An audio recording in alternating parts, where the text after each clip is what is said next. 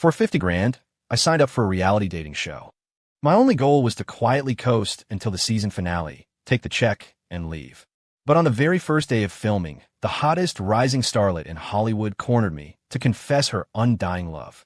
Even worse, the show's executive director turned out to be my secret wife, the one I was currently in the middle of a cold war with.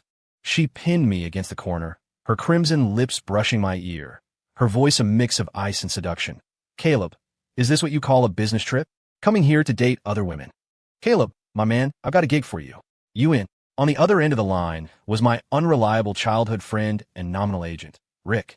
I rolled over, burying my face into the plush pillow, my voice muffled. "Talk. If it's not tiring, pays well, and is close to home, if it hits 2 out of 3, I'll do it." "It hits all 3. It's practically custom made for you." Rick's voice cracked with excitement. "It's a dating reality show called The Countdown. You go on as a male contestant, do absolutely nothing, just eat, go on a few dates, flirt a little with the girls. 2 months, and you walk away with this much." I could practically see him holding up 5 fingers. $50,000. I did a quick mental conversion. That was enough to buy a few bottles of vintage Macallan or seal a new cask of private reserve bourbon. "Deal," I said concisely. "I knew you'd agree." Rick chuckled. "Wasting a face like yours instead of using it to charm girls is a crime against humanity. By the way, did you clear this with Director Vance? Your missus?" At the mention of Layla Vance, my relaxed brow furrowed instantly. We had a commercial marriage, hidden from the public for 2 years. To the outside world, she was the industry's terrifying Iron Lady, a gold standard producer and director who was decisive and uncompromising. To me, she was about the same. Except for when she softened up in bed, she was colder than my company's quarterly financial reports. 3 days ago, we had a massive blowout over the century-old question, who's doing the dishes tonight?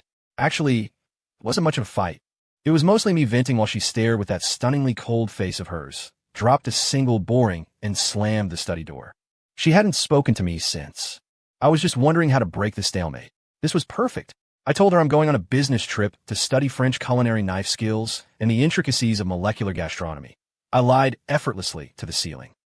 "Speak English. I'm running away from home." Rick fell silent. After a long pause, he asked, "You, the CEO of a multi-billion-dollar conglomerate, are running away from home to earn a $50,000 appearance fee? You don't get it." I sighed, my tone profound. "It's the art of coasting. As for Layla, let her cool off. She gets so busy she forgets who she is. She probably won't even notice I'm missing until I'm back." I hung up, crawled out of bed, and opened the closet. Rows of bespoke suits and handmade Italian leather shoes stared back. I curled my lip in distaste and dug out a few plain cotton t-shirts and chinos from the back corner, stuffing them into a beat-up backpack. Before leaving, I glanced at the photo of Layla and me on the nightstand. In the picture, she wasn't wearing her usual scowl. The corners of her mouth were slightly upturned as she leaned on my shoulder, like a cat that had retracted its claws. It was taken outside City Hall. I had forced her to take it. She called me childish, but her body language was honest. My heart softened. I pulled the photo from its frame and tucked it into my wallet. Whatever, I'll consider taking my wife along on the business trip. The filming location for The Countdown was a luxury villa nestled in the hills of Malibu, overlooking the ocean. When I arrived, a few people were already there. A muscle-bound fitness influencer named Jax, a refined lawyer with gold-rimmed glasses named Miles, and a shy college student named Timmy. Including me, the 4 male leads were assembled. I gave myself the persona of a freelance food critic. It sounded leisurely and fit my vibe perfectly. While the guys engaged in awkward small talk, the sound of high heels clicked from the entrance.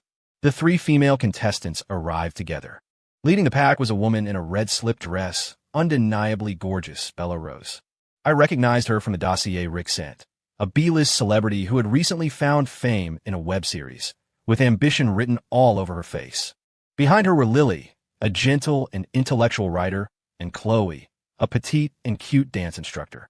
Bella's gaze swept over the 4 men and landed with laser precision on me. Even dressed in plain clothes, my face still did the heavy lifting. She catwalked over and sat on the sofa next to me, a cloud of heavy perfume instantly invading my personal space. I frowned slightly and scooted away. Imbeya. She extended a hand, her nails manicured in elaborate design. "Caleb." I touched her fingertips symbolically and retracted my hand immediately. "So, Caleb, you're a food critic? I guess our meals are in your hands then." She batted her eyelashes, her voice so sugary it gave me goosebumps. I forced a polite smile and didn't respond. I was already calculating how to keep her away from me without looking like a jerk on camera. An assistant director stepped out to announce the rules.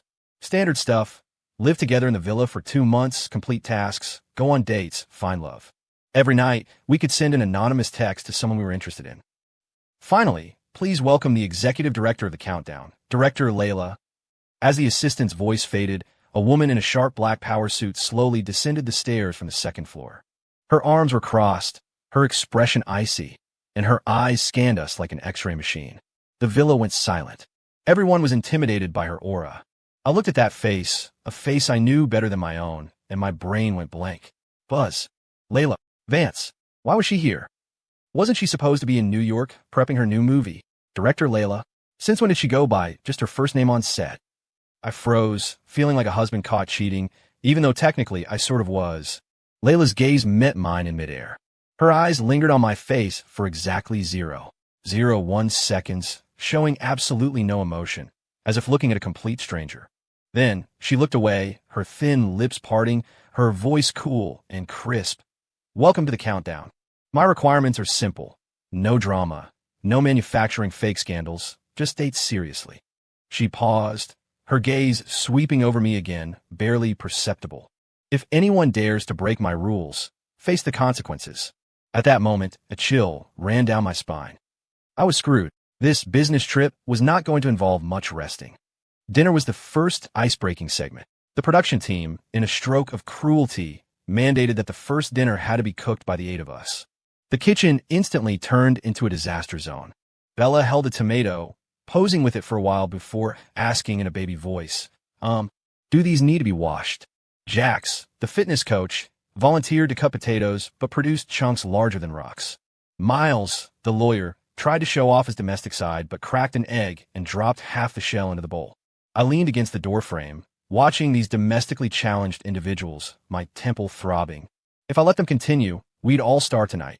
I know a little bit about cooking. I couldn't take it anymore and strolled in slowly. Caleb, you can cook? Bella's eyes lit up, and she immediately stuck to me like glue. You're amazing. Teach me. Expressionless, I took the mangled tomato from her hand and rinsed it under the tap. Tomato scrambled eggs, can anyone do that? I asked. The group shook their heads blankly. I sighed. Forget it. Relying on them was like waiting for pigs to fly. Clear out, I got this. I tied on an apron, and in that instant, my entire demeanor changed. Before my current life, I had watched every cooking show on the Food Network. Afterward, to satisfy my own palate, I had honed my culinary skills to perfection. I pulled ingredients from the fridge, mentally planning an 8-course meal. Washing, chopping, tossing the wok seasoning. My movements were fluid, wasting no energy. The kitchen was filled with the rhythmic chopping of the knife against the board and the satisfying sizzle of food hitting the pan. The other 7 stared in awe. Bella looked at me with hearts in her eyes, cupping her face and murmuring, Caleb, you look so handsome when you're serious. I ignored her, focusing entirely on the sweet and sour pork I was glazing.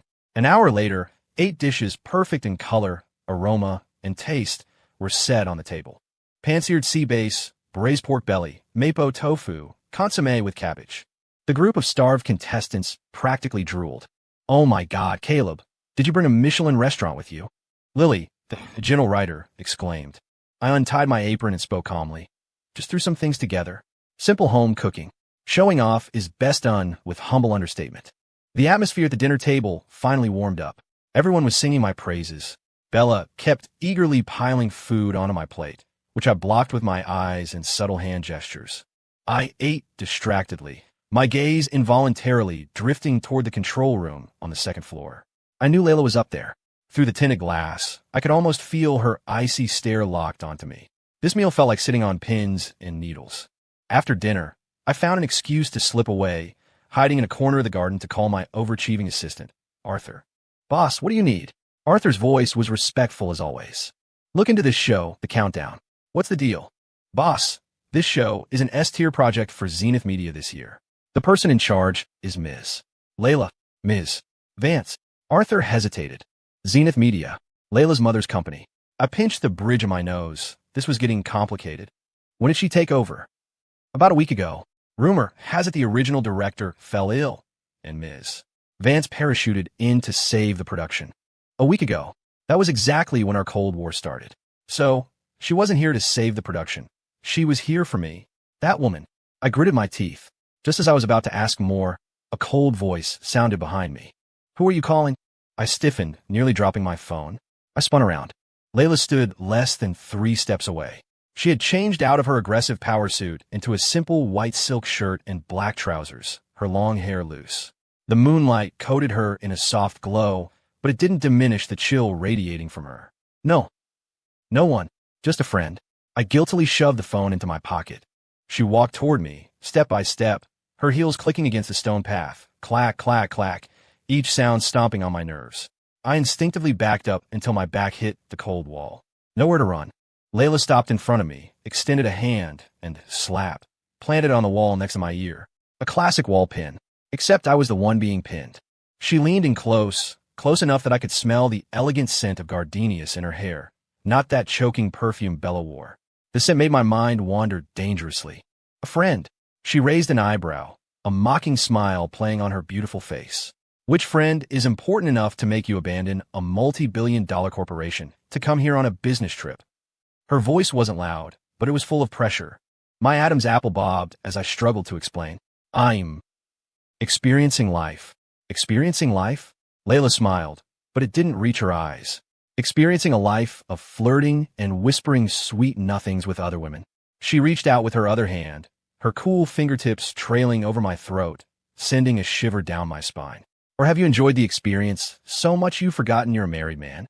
Her touch sent a jolt of heat to my lower abdomen. Damn it. I cursed silently. I reached up to push her away, but she grabbed my wrist. She wasn't squeezing hard, but I didn't dare struggle. Caleb. She suddenly leaned in, her red lips hovering right over the shell of my ear, her warm breath dusting my skin. Your business trip is joining a dating show? Her voice was soft and sultry, scratching in my eardrums like a feather. I felt like I was going to combust. Just as I tried to explain, she suddenly let go, took a step back, and reverted to her Frost Queen demeanor. Fine, I don't care why you're here. She adjusted her slightly rumpled collar and looked at me with disdain. From now on, you are talent under my supervision, and I am your director. Behave yourself on this show. Don't cause trouble for me. She paused, the corner of her mouth hooking up in a meaningful smirk. And don't think you can coast. That appearance fee isn't going to be easy money. With that, she turned and walked away, leaving me with a view of her retreating silhouette. I leaned against the wall, exhaling a long breath, feeling like I just survived a bomb disposal operation. Looking down on my traitorous body, I gave a bitter laugh. Layla, that witch. She does this every time, lights the fire and walks away without putting it out. The next 2 months were going to be brutal. I had to fend off women like Bella while guarding against my own wife, who clearly enjoyed watching the chaos. Early the next morning, Layla's revenge began. The 8 of us were summoned to the living room where the assistant director read the task card. Today's mission, couples collaboration. Climb the mountain behind the villa. The first couple to reach the summit and retrieve the token will win a luxury seaside dinner and a private date. The added O, right? Director Layla has specifically instructed that to increase the fun, today's pairings will be decided by a random draw. My heart dropped. I had a bad feeling. Sure enough, when Bella excitedly drew my name, I looked up at the control room and saw the corner of Layla's mouth curl into a devilish smile. She did it on purpose. She knew I hated physical contact with people like Bella, yet she paired us up. Rock climbing meant unavoidable grabbing and assisting. I could already foresee how Bella would use this to get her hands all over me. Caleb, we're partners. It's destiny. Bella looked ready to jump for joy and try to link arms with me immediately. I sidestepped smoothly, leaving her clutching air. Let's go. Start early, finish early, I said coldly, leading the way toward the hill. Bella was wearing a pink athletic set and the latest sneakers, looking the part. But after just a few steps on the trail, she started panting. Caleb, wait for me. I'm so tired. She gasped dramatically behind me. I didn't turn around. Tired? I hadn't even started trying. I worked out religiously. Forget this small hill. I could climb Everest without breaking sweat. I intentionally picked up the pace, leaving Bella far behind. Suddenly, Layla's icy voice came through my earpiece, a channel only I could hear. Caleb, do you not understand teamwork? Don't you know how to take care of your partner? I climbed effortlessly while mentally retorting. You assigned this partner, you take care of her. If you don't wait for her, I'll announce over the PA system that you have kidney deficiency and low stamina. I stumbled, nearly tripping. That woman is getting more lawless by the day. Gritting my teeth, I stopped, unwillingly waiting for Bella. When she finally caught up, face pale and gasping for air, she whined, "Caleb, your stamina is incredible." She tried to lean on me. I immediately extended my trekking pole, pressing the tip against her forehead. "Keep your distance." Bella's face froze, but she quickly recovered her smile. "You're so funny, Caleb." For the rest of the hike, I was forced to slow down, enduring Bella's constant chatter. Finally, we reached the climbing section. It was a near-vertical cliff face studded with handholds. It's so high. I am scared." Bella looked at the cliff and let out an exaggerated scream. "If you're scared, go back down," I said. "But I want to eat the seaside dinner with you." She threw a flirtatious look my way. My stomach turned. "You go first. I'll belay you." I tied the safety rope around her, my tone leaving no room for argument. Bella stalled, climbing 2 steps before hanging there, refusing to move. "Caleb, I have no strength left. Pull me up." "Here it comes." I knew it. I looked at her outstretched hand, frowning. In my earpiece, Layla's voice returned, laced with schadenfreude. "Caleb, here's your chance to be the hero saving the beauty. Make it look good." I took a deep breath, reminding myself, this is work. This is a mission. I grabbed Bella's wrist, pulling to help her up. Instead of climbing, she deliberately collapsed toward my chest. My pupils constricted. Instinctively, I let go. Bella screamed as she dropped, but the safety rope caught her, leaving her dangling in midair, swinging slightly. Everyone was stunned. The cameraman's lens shook. Through the earpiece, Layla's laughter was audible. I looked up to the top of the cliff, imagining that woman standing there with her arms crossed, laughing until she shook. "Fine. Good. You just wait, Layla." Ignoring the wailing Bella, I untied my own safety rope and began to free solo. My movements were like a leopard's, precise and powerful. Within 10 minutes, I vaulted onto the summit and grabbed the victory flag. The wind at the peak was strong, whipping my clothes around me. Standing at the edge of the cliff, looking down at the scenery and Bella still dangling halfway up, my mood finally improved. "You win this round, Layla. But the game isn't over." My heroic feat of free soloing quickly spread through the villa. Everyone looked at me with complex expressions, shock, admiration, and in Bella's case, fiery resentment. I didn't care. Since the mission technically failed because we didn't finish together, Bella and I didn't get the luxury dinner. We had to eat the production crew's boxed lunches with the others. I was happy for the peace and quiet. That night, it was time for the anonymous texting segment. Without hesitation, I sent my text to Lily, the gentle writer who hadn't said a word to me all day. I knew Layla was monitoring everything. Sure enough, my phone buzzed. It was a text from an unknown number containing a single word. I could picture Layla's annoyed Ice Queen face as she typed it. In a great mood, I replied with 2 words, "Good night." Then I turned off my phone and went to sleep. The next day, Layla's second round of revenge arrived. Today's task was a baking competition in pairs. I almost laughed out loud when I saw the card. Pastry? Did she forget who spent 3 months in France learning pâtisserie just to woo her back in the day? This time, my partner was Lily, who, like me, just wanted to be a background character. Bella was paired with Jax, the musclehead, and her face was black as a skillet. This suited me perfectly. Lily and I walked into the kitchen. She said shyly, "Caleb, I'm not very good at cooking. I might drag you down." "It's okay," I smiled. "Just stand there and look pretty." Lily was truly quiet. She grabbed a book, sat at the bar, and read silently, occasionally glancing up at me with curiosity and appreciation. This felt infinitely better than being stared at by Bella. I pulled out the ingredients provided by the crew and decided to make a Black Forest cake. It was Layla's favorite dessert. I was doing this specifically for her. Whipping the cream, melting the chocolate, baking the sponge. Every step was meticulous. Soon, a perfect Black Forest cake took shape. I piped the cream, sprinkled the chocolate shavings, and finally, arranged the cherries on top in a specific shape. L for Layla.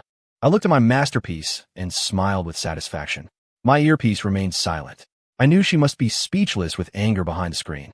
Sure enough, during the tasting session, while everyone was raving about my cake, the assistant director walked over and cleared his throat. Director Layla requests Caleb and Lily to come to the control room. "Here we go." I put down my fork, wiped my mouth, and said to Lily, "Let's go." Lily was nervous. I patted her hand and gave her a reassuring look.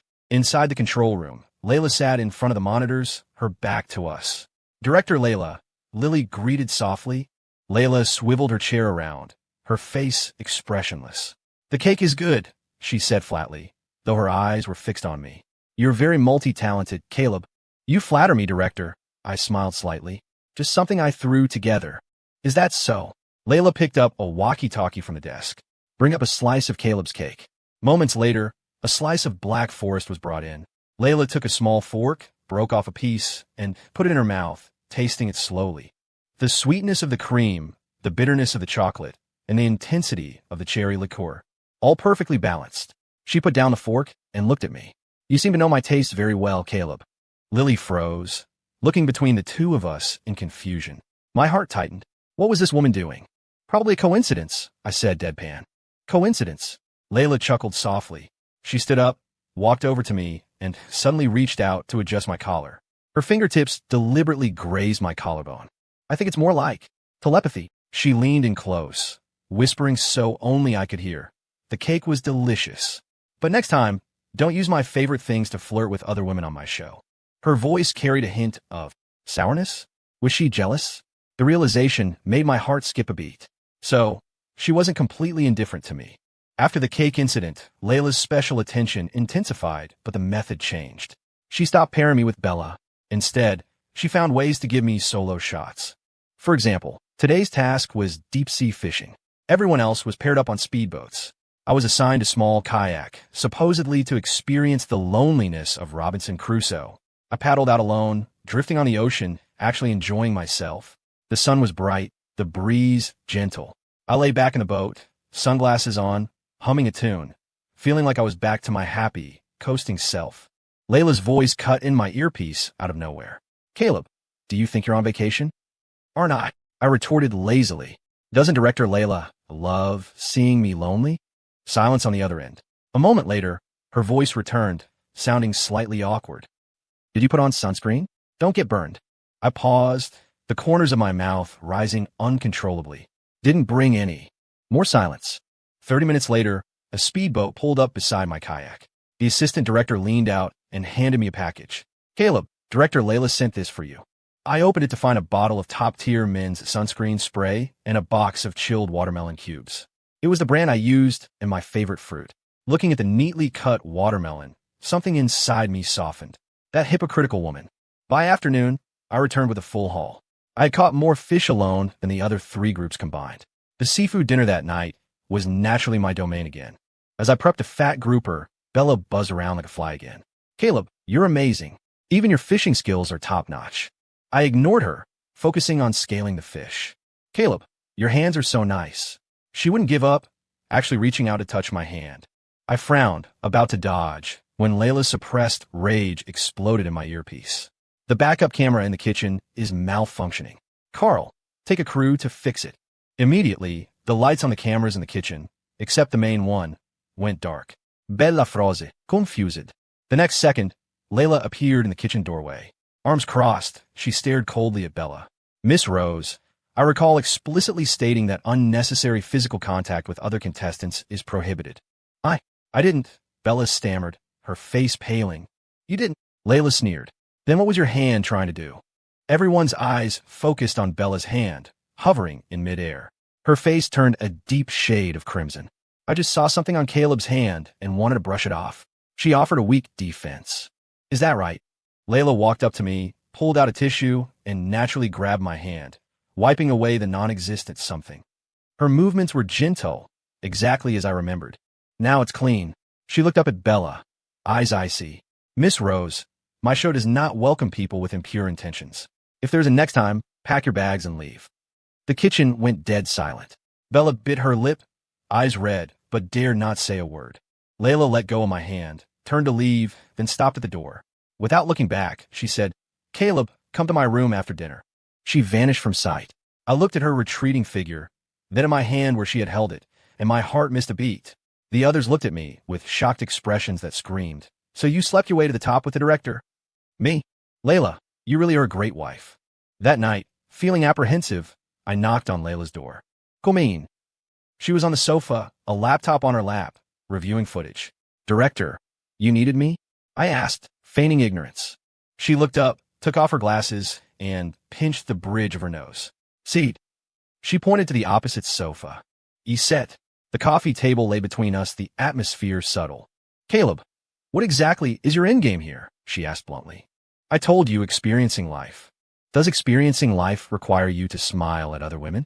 To be gentle with them? Her voice carried an accusatory edge. I paused, realizing she meant Lily. That's basic social etiquette, I defended. Besides, I argued, you're the one who paired me with her. I could have paired you with Bella. She huffed coldly. Then I would have quit the show immediately, I said without hesitation. Layla choked on her words, glaring at me with annoyance. You have principles, I see. Naturally. Silence fell over the room again. Looking at her tired face, my heart ached a little. Haven't you been really tired lately? I couldn't help asking. She froze, seemingly surprised by the question. I'm fine. She turned her face away, her tone stiff. Stop forcing it. I stood up, moved to sit next to her, and took her hand. I know everything. You parachuted in to save this mess. Her hand was cold. I wrapped mine around it, trying to transfer some warmth. She stiffened, trying to pull away, but failed. Who told you? Doesn't matter who. I looked into her eyes seriously. Layla, don't work yourself into the ground. Your husband might not be overly ambitious, but I have more than enough to support you. She looked at me, her eyes complex, surprise, emotion, and something else I couldn't read. After a long while, she whispered, Who needs you to support them? Despite her words, she stopped trying to pull her hand away. I knew this outwardly tough woman had lowered her defenses. Just as the atmosphere was perfect and I was about to press my advantage, a jarring knock echoed. Knock, knock, knock. Director Layla, it's Ms. Kensington's assistant. Ms. Kensington wants to see you. Kensington? Layla and I exchanged confused glances. Layla frowned and called out, Come in. The door opened, and a woman in high-end couture strode in, radiating authority. She was beautiful, but her face was frozen over, carrying an aura that warned strangers away. When her gaze landed on me, that chill instantly turned into undisguised scorn and disgust. Caleb Sterling? What are you doing here? I looked at the familiar face, my temples throbbing again. Sophia Kensington, my ex-fiancée. It really is a small world. Why was she here? Ms. Kensington, this is our contestant, Mr. Caleb Sterling. Layla stood up, subtly blocking me from view, introducing me in a professional tone. Contestant. Sophia laughed coldly, looking me up and down. I wondered who it was. Turns out it's this loser. What? Is the Sterling family going bankrupt? You need to come out and humiliate yourself for pocket change. Her words were incredibly ugly. Before I could react, Layla's voice dropped to sub-zero temperatures. Ms. Kensington, show some respect. Mr. Sterling is my guest, not a loser. Sophia looked like she had heard the world's biggest joke. Guest? Director Layla, are you mistaken? Do you know who he is? He's a playboy who only knows how to drink and party. I broke off our engagement because I couldn't stand seeing him act like a useless piece of mud that couldn't stick to the wall. She paused, then turned her aim on Layla. I never expected Zenith Media's gold producer to have such poor taste, letting trash like this onto an S-tier project. Aren't you afraid he'll ruin your show? As one of the show's investors, she felt entitled to speak this way. Layla's face went completely dark. She looked at Sophia, a cold smile curling her lips. My taste is not up for your judgment, Ms. Kensington, and whether Mr. Sterling is talented or not isn't for you to decide. In my opinion, he is 100 times better than certain self-righteous elites who look down on everyone else. This is my show. I invite who I want. If you don't like it, Ms. Kensington, you could divest. Layla enunciated every word, each one hitting like a stone. The air in the room seemed to solidify. Sophia's face flashed green then white. She was clearly incensed by Layla's merciless rebuttal. She probably never imagined someone would openly challenge a major investor over a loser. Standing behind Layla, looking at her not so tall, but incredibly steadfast back, a warm current surged in my heart. This was the first time someone had protected me so unreservedly. So this is what it feels like to be defended. Sophia eventually stormed out, slamming the door. She likely hadn't suffered such an indignity in her entire life. Quiet returned to the room. I looked at Layla's tense profile and whispered, Thank you. For what? She snapped back, though her tone was noticeably softer. I was just defending my employee. Right. All hail the wise and mighty director Layla. I smiled along. She rolled her eyes at me and sat back on the sofa, but her furrowed brow didn't relax. I knew she was worried about Sophia pulling her funding. Don't worry. I walked behind her, massaging her temples. It's just the Kensington family. If she dares to pull funding, I'll invest double tomorrow. My technique was good, Learned from an old Chinese medicine practitioner specifically to relieve fatigue. Layla squinted comfortably, her body relaxing as she leaned back against me. Big talker, she huffed. You'll see if it's big talk later. I leaned down and kissed the top of her head. She stiffened but didn't dodge. Caleb, she said suddenly, you and that Sophia, before. Ancient history, I interrupted. A good horse doesn't turn back to eat old grass. Besides, that grass is old and stale. Layla laughed, a light chuckle escaping her. Smooth talker. In the days that followed, Sophia Kensington didn't reappear. But the atmosphere on set got weird. Everyone noticed that director Layla treated me differently, especially when Bella tried to accidentally fall onto me again. Layla spoke coldly over the PA. Bella, is the floor slippery? Do you need the prop department to roll out a red carpet for you? Her voice froze the entire room. Bella petrified on the spot. From then on, she looked at me with fear and wouldn't come within 10 feet. Layla's favoritism showed in the details. If the task was crafting, she'd have my favorite wood carving tools prepared. During free time, a high-end gaming console appeared in my room. And under the guise of work reviews, she called me to her room every night, keeping me there for late-night snacks she ordered. Snacks that were, without exception, all my favorites. We were playing a tacit game. On camera, we were director and contestant, maintaining a safe distance. Off camera, we were the world's closest couple, enjoying a private world. The thrill of this secret affair rapidly heated our relationship. I discovered Layla wasn't so cold after all. She would secretly smile when I told jokes. She clumsily made ginger tea when I felt under the weather. During horror movie nights, she'd bury herself in my arms, terrified. And she discovered I wasn't a useless coaster. I gave sharp solutions when she was stressed about work. When other investors gave her trouble, one phone call from me shut them up. We saw the truest, softest sides of each other. One night during snack time, I watched Layla put a piece of my favorite braised pork in my bowl and suddenly said, Layla, let's have a wedding after the show. Her hand paused. She looked up surprised. What did you say? I said, let's have a wedding. I held her hand, repeating seriously, I want to tell the whole world that you are my wife, Caleb Sterling's wife. Layla's eyes reddened instantly. She bit her lip, looking at me, unable to speak. I knew she had probably been waiting for these words for a long time. Just as she was about to nod, my phone rang inappropriately. It was Rick. Caleb, huge problem. Check the trending topics. His voice was more frantic than I'd ever heard. My heart sank. I hung up and opened Twitter. Trending number 1, in glaring bold text. Hashtag countdown star Bella Rose exposes director's bullying. I clicked it. It was a long post.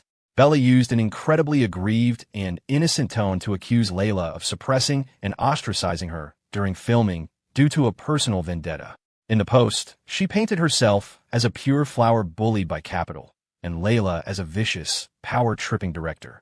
She inadvertently mentioned that Layla targeted her because she got too close to a certain contestant named C. The post was emotional and highly inflammatory. The comments section had already fallen. Countless uninformed users were savagely attacking Layla and the show. Oh my God, this director is disgusting.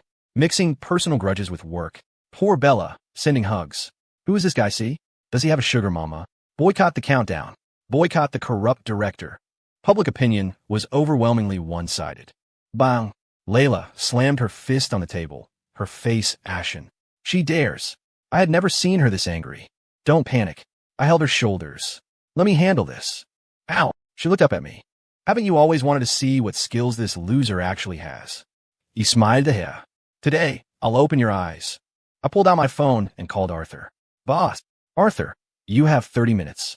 I want every piece of dirt on Bella Rose and full details on the team behind her. Also, contact Twitter and the major media platforms. Prepare the PR strategy. Yes, boss. Arthur's voice didn't waver. This is why I liked using him. Always efficient, never asked questions. Hanging up, I saw the worry in Layla's eyes. Relax. It'll be over soon. 30 minutes later, Arthur's email hit my inbox right on time. It contained evidence of Bella buying bots, stealing roles, framing fellow artists, and inappropriate relationships with multiple investors since her debut. Pictures, text, everything. I forwarded the email to Rick. Get the PR team to release this. Bit by bit. Remember, slowly. Let her bleed out. Got it. With that done, I closed the laptop and said to Layla, let's go. The show is about to start. Go where? Isn't the live finale of the countdown starting soon? I winked. How can the two main characters be absent from such a lively scene? Tonight was the season finale, broadcast live. Bella chose this moment to leak her story to blow things up, forcing the show and Layla to compromise. Unfortunately, she miscalculated. She hadn't provoked an ordinary director. She provoked the woman Caleb Sterling cherished most. When we arrived at the studio, reporters had blocked the entrance. Flashbulbs went off like strobe lights. Director Vance, do you have a response to Bella's accusations? Did you suppress a contestant for personal reasons? Mr. Sterling, what is your relationship with the director? Layla's face looked pale under the flashes. I tightened my grip on her hand, shielding her behind me, using my body to separate us from the crushing crowd. No comment. I dropped those two cold words and, with security clearing a path, escorted her into the studio. Inside, the atmosphere was just as heavy. The other contestants sat in their seats, looking awkward. Bella sat center stage, eyes red, looking like she had suffered the world's greatest injustice. Seeing us enter, she stood up with fake politeness. Director Layla, Caleb. I didn't even give her a glance. The live stream began in a bizarre atmosphere. The host, clearly aware of the online storm, tread carefully through the script. Finally, we reached the confession segment. According to the format, contestants chose their love interest for a final confession. Bella, naturally, stood up first. She held the microphone, looking at me with tear-filled eyes. Caleb, I know there are many misunderstandings between us and many a light that illuminated me. She walked toward me, step by step. Caleb, I don't care about the rumors, and I'm not afraid of anyone trying to stop us. Today, in front of the whole country, I just want to ask you one thing.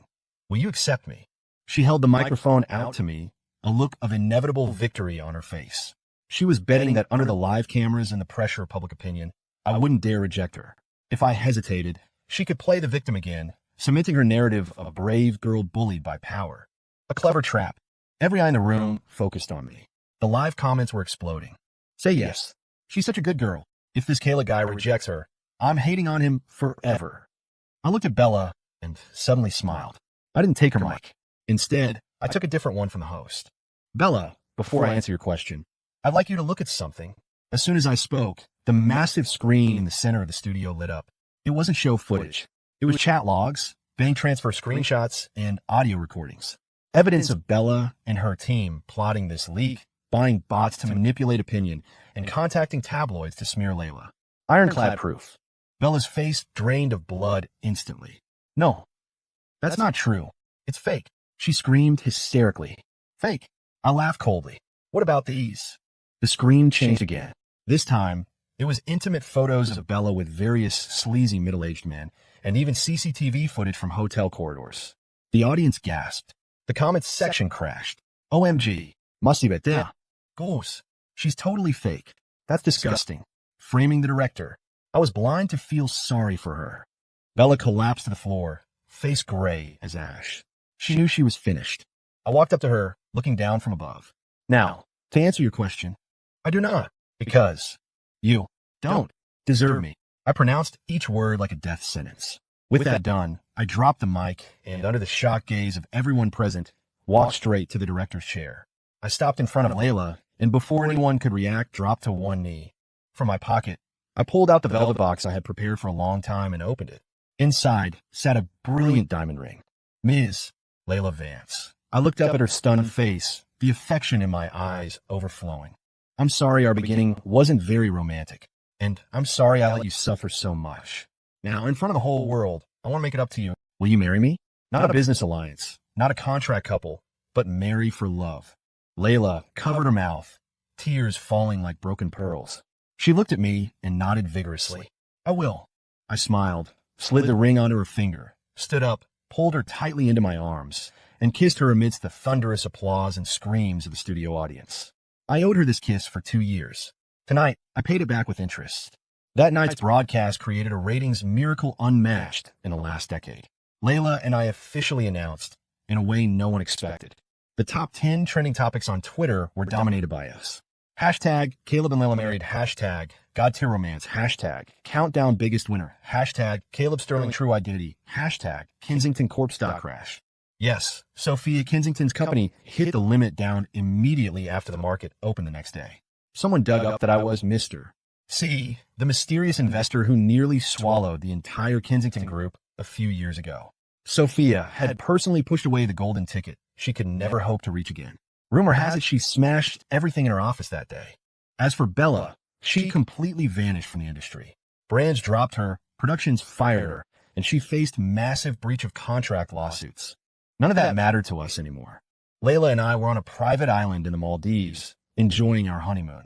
Ocean breeze, white sand bikinis, and my wife, wearing a bikini, looking so beautiful it disoriented my soul.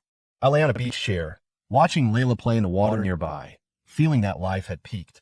Hubby, she waved at me, smiling like a child. That hubby melted my bones. I walked over, hugging her from behind, resting my chin on her shoulder. What is it, wifey? Can we promise never to fight again? She turned and kissed my cheek. Deal. I kissed her lips. From now on, I listen to you. Then, her eyes darted around, a sly smile appearing. Is your great ideal of coasting still valid? Of course, I said self-righteously. But we need to change the location. I swept her up into a princess carry, heading toward our overwater villa. I'm going to coast on top of you for the rest of my life. Story complete.